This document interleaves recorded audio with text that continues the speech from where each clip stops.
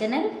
तो फ्रेंड्स आज मुझे आपण सहित एक भिन्न प्रकार जलखिया शेयर करी जोटा कि आपण मैंने देखिपे बहुत ही कलरफुल देखा बहुत सुंदर देखा तो यहाँ खाइले सेमती टेस्ट लगे और बहुत ही सॉफ्ट लगे। तो चलतु आम डेरी न करी यार प्रस्तुति प्रणाली को जल्दी आरंभ करिबा। तो से आमको 6टी टमाटो दरकार। तो मु यही पाचिला टमाटो नहीं आ टमाटो को भल कर धोईकी सफा करके रखी। और टमाटो मत बहुत कलरफुल अच्छे आपण मैंने देखिपे ये एमती रेड कलर टमाटो ही आप ने। टमाटो को आम भल कर पीस पीस करके काटी नवा। तो देखो मो टमाटो काटी नहीं सब टमाटो को एमती स्लाइस करके काटी नवा। तो फ्रेंड्स एबे आमे यही टमाटो को ग्राइंडिंग करवा। तो से गोटे ग्राइंडिंग जार नहीं और से सब टमाटो को ढाली ने और टमाटो को आम प्यूरी बनैबा। एथिरे किछि पकेबानी आम केवल टमाटो ही प्यूरी करवा। तो देखो मो टमाटो को ग्राइंड कर नहीं। तो एबे आम गोटे स्ट्रेनर नेबा आ गोटे पात्र रे ए टमाटो को छाणिकी बाहर करनबा। आर जते सब खदड़ा पार्ट सब थी सीटा को बाहर करनबा। खदड़ा अंश जो थी सीटा को आम बाहर करके काढ़नबा। तो देखो टमाटर ये खदा बाहरी किंतु आपण यही टमाटर ये खदा अंश को यहाँ फोपाड़े यहाँ को आम पर यूज करवा। तो यहाँ मुझे कौन यूज करी से आपण मान सहित पर सेयार करी।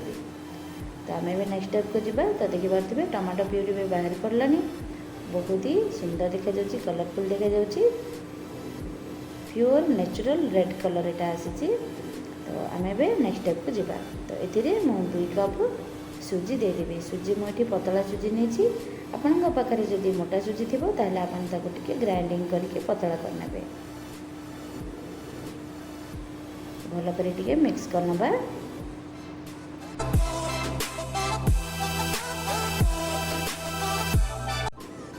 तो एबे में एथिरे किछि सुखिला मसला ऐड करबा। तो एथिरे मु गरम मसला गुंड दे देछि, आधा चामच धनिया पाउडर को दे देबा, स्वाद अनुसार लुण दे देबा। तो एबे एथिरे आधा चामच जीरा पाउडर दे देबा। भजा जीरा पाउडर मुठी नहीं। आधा चामच हळदी गुंड दे देबा, स्वाद अनुसार लंका गुंड दे देबा। मुठी 1 चामच लंका गुंड नहीं। अल्प टिके पानी मिसैकी ताको भल कर मिक्स करनबा। तो फ्रेंड्स आम ए अल्प अल्प पानी देकी आपको गोटे भल बैटर गोटे बनई ना। जमी आम इडली बैटर बनाती ना सेमती बैटर गोटे बनई ना जोटा कि बेसी पतला नुह कि बेसी मोटा नुह। तो आपण मैंने देखिपे कंसिस्टेंसीटा केमती भल कंसिस्टेंसी बहुत बढ़िया होमर बैटरटा। तो आम ए कवर करना 15 मिनट पर।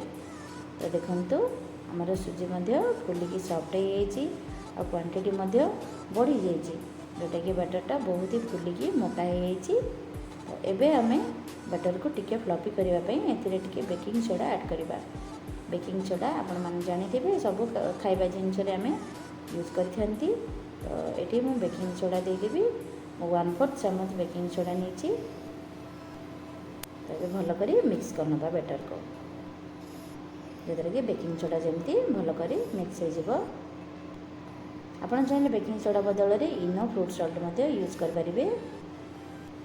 तो एबे मु इडली छांच नहीं से छांचरे तेल टिके ग्रीस करनेबी।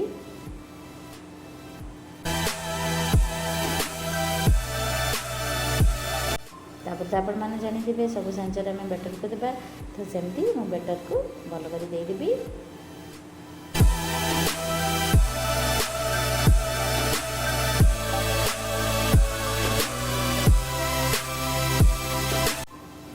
तो मु आगरू गरम पानी गैस उपर चढ़े देती। तो पानी मध्य गरम होगा देखिपे। तो ये आम इडली छांच को से देदेबा।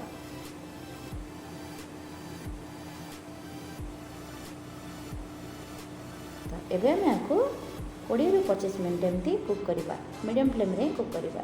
तो देखो हमार इडली कलर बहुत ही सुंदर देखा जाउची रेड कलर आसी आउ इडली बहुत भल भाव कुक हो। तो से चेक करने मुझे गोटे छुरी को नहीं चेक करने तो देखिपे। तो आम ए छुंक लगेगा। तो से मुझे गोटे चामच सोरिष तेल नहीं सोरिष तेल भल कर गरम होला पर्यंत आम को गरम करवा और तेल को स्प्रेड करना। तो सोरिष तेल देखिपे धुआं बाहर से गोटे चामच सोरिष देदेवी, अधा चामच जीरा देदेवी। जीरा सोरिष भल कर फुटला से कंचा लंका को काटिकी रखी 5टी कंचा लंका मुझे से कंचा लंका को देदेवी, अल्प टिके भृषण पत्र को देदेबा। ये सब भल कर फुटला से 2 ରୁ 3 चामच धड़ा राशि को देदेबा। ये धड़ा राशि फ्लेवरटा बहुत ही बढ़िया लगे। आप राशि निश्चय देवे, राशि को केवे भी स्किप करबेनी। तो राशि जीरा सोरिष भल कर फुटला से आम आगरू रखिथा इडली को देदेबा। भल कर उल्ट पाल्ट करके 2 साइड भल कर फ्राए करना। ये छुंकरे भल कर फ्राए करना। बहुत ही सुंदर देखा जाए देखिपे। यहाँ खाइले सेमती टेस्ट लगे। तो एमती सब इडली को एमती उलट पलट करके फ्राए करके बाहर करना प्लेट को। तो बाकी थी इडली को एमती फ्राए करके भल कर एपट सेपट करके बाहर करना। तो देखो बहुत ही सुंदर देखा जाऊँ ना रेड कलर रे और राशि बहुत ही बढ़िया लगे। तो फ्रेंड्स देखो आम प्रस्तुत होगा एक भिन्न प्रकार जलखिया जोटा कि आपण या राशि इडली कहींपारे कि टमाटो इडली कहींपारे। तो देखो आमर इडली बहुत ही सॉफ्ट होती आ देखिबार तो बहुत ही सुंदर देखा मैंने देखिबार थे केते सुंदर देखा जाए। Red colour white colour green colour यार कॉम्बिनेशन तो बहुत ही बढ़िया है। तो आपण थोड़े निश्चय यही रेसिपी को ट्राई करूँ आपण घरे। और आप ट्राए कलापर आपमती लगे ये रेसिपी मत प्लीज़ कमेंट बॉक्स में जनइबे। तो फ्रेंड्स आपड़ ये रेसिपी को किसी भी चटनी सहित कि तरकारी सहित खाईपारे। तो मुझे आपको गोटे इडली काटिकी देखा देखु बहुत ही सॉफ्ट है। देखते सॉफ्ट है इडली आप देखिपे और ये कलर बहुत ही सुंदर लगुच। तो देखो बहुत टेस्टी लगुच। तो आम ए गार्निश करने कंचा पियाज टे देदेबा। ये कंचा पियाजर टेस्ट बहुत ही बढ़िया लगे। तो आपन को मुझे टमाटो को कौन यूज करवा।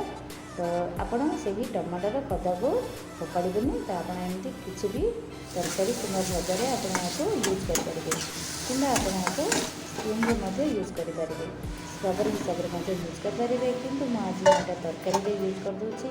तो आलू और टमाटर ही रेसिपी इडली सहित खाइले टेस्ट लगे कि आप रुटी परोटा सहित खाई एंजॉय नहीं पारे। तो आप एमती टमाटर खदारू ये रेसिपी प्रस्तुत करेंगे।